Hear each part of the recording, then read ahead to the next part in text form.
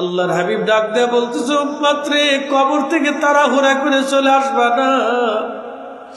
একটা উট জবাই দেওয়ার পরে এই উটটাকে ছিলানোর পরে চামড়া ছিলাইয়া গোশত বানাইয়া বন্টন করতে যে সময়ের দরকার তোমার ভাইয়ের কবরের পাশে, সেই সময়টুকু পর্যন্ত তোমরা দাঁড়ায় জিকির করো, কোরআন শরীফ পড়তে থাকো, দরুদ শরীফ পড়তে থাকো, ইস্তাগফিরুনি আখিকুম, তোমার ভাইয়ের কবরের পাশে দাঁড়ায় ইস্তিগফার করতে থাকো। কারণ কিছু সময় পরে মুনকার নাকির আসবে, মুনকার নাকির আসিয়া প্রশ্ন তুলবে, মান রাব্বুকা ওয়া মা দীনুকা মা কুনতা তাকুলু বিহাক্কি হাযার রাসূল। তিনটা প্রশ্নের জবাব যদি কেউ দিতে না পারে,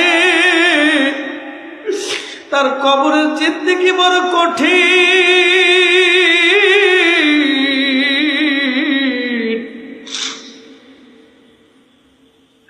তার আখিরাতের জিন্দেগি বড় কঠিন, কবরের জিন্দেগি বড় কঠিন, কবরের জিন্দেগি বড় ভয়াবহ হবে। এই জন্য আল্লাহ নবী বলেন, উম্মত রে, তোমরা তোমার ভাইয়ের কবরের পাশে দাঁড়ায় দাঁড়ায় তাসবিহ পড়ো, জিকির করো, কোরআন শরীফ পড়ো, দোয়া করো, যেন তোমার ভাইয়ের কবরের প্রশ্নের জবাব আল্লাহ সহজ বানায় দেয়। চিৎকার করে জোরে বলেন সুবহানাল্লাহ। আল্লাহ রাসূল বলেন, কবরের পাশে দাঁড়াও।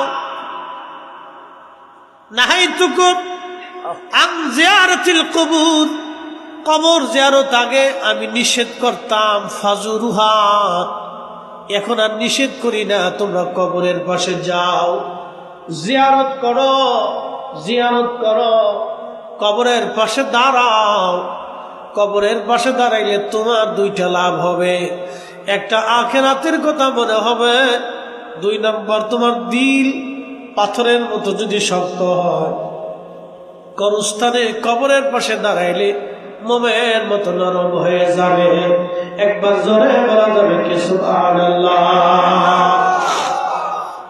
আল্লাহ রাসূলের আদত ছিল, যদি কোনোদিন মদিনাতে যান, দেখবেন আল্লাহর হাবিব যেখানে ঘুমায়, রওজা শরীফ এখানেই ছিল নবীজির হুজরা মুবারক, বাম পাশে বাবি জিব্রাইল, সামনের দরজা দিয়ে বের হয়ে আমার নবীজি, বামে দেখবেন জান্নাতুল বাকি, সাহাবীদের কবর।